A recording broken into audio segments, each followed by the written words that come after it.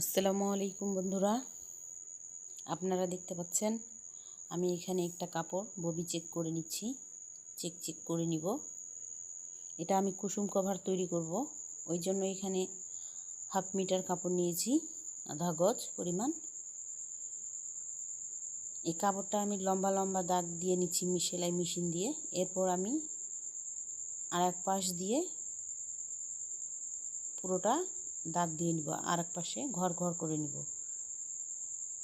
দেখতে পাচ্ছেন এক পাশ সেলাই করা হয়ে গেছে, আমি এখন আরেক পাশ দিয়ে সেলাই করে নেব।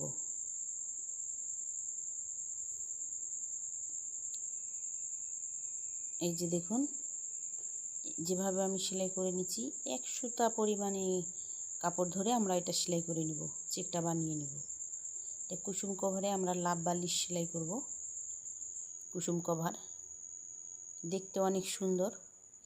এই যে খোপটা আমরা তৈরি করতেছি, ঘর ঘর জায়গাটা, আমরা এই জায়গাটাতে একটা করে পুঁথি বসিয়ে দেব। চমৎকার একটি কুসুম কভার তৈরি হবে। দেখতে পাচ্ছেন, আপনাদের বোঝার সুবিধার্থে আমি সেলাই করে দেখাচ্ছি।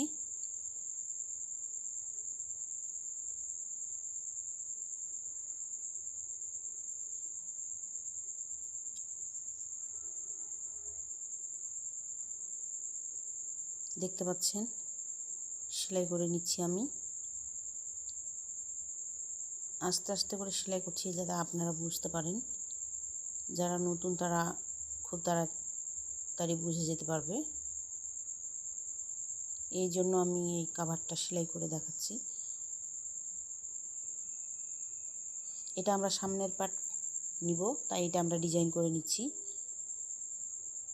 পিছন পার্টটা আমরা এক কালার কাপড় দিয়েই ডিজাইন ছাড়াই আমরা একটা লাল কাপড় দিয়ে কেটে নিব। এই যে দেখছেন ঘরগুলা, আমরা এই ঘরগুলার মাঝে মাঝে পুঁথি বসিয়ে দেবো। এগুলো সেলাই করার সময় যাতে স্কোয়ার হয় ঘরগুলা। দেখছেন আমি কতটুকু কাপড় নিয়ে সেলাই করতেছি। আমার সেলাই করা হয়ে গেছে, আর একটা ঘর দিলেই আমার এটা হয়ে যাবে কমপ্লিট।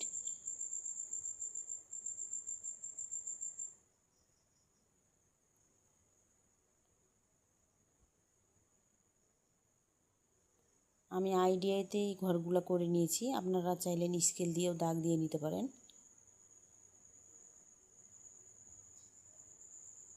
দেখুন কাপড়টা আমার সেলাই করা হয়ে গিয়েছে। 1/2 গজ কাপড় আমি এখানে সেলাই করে নিয়েছি।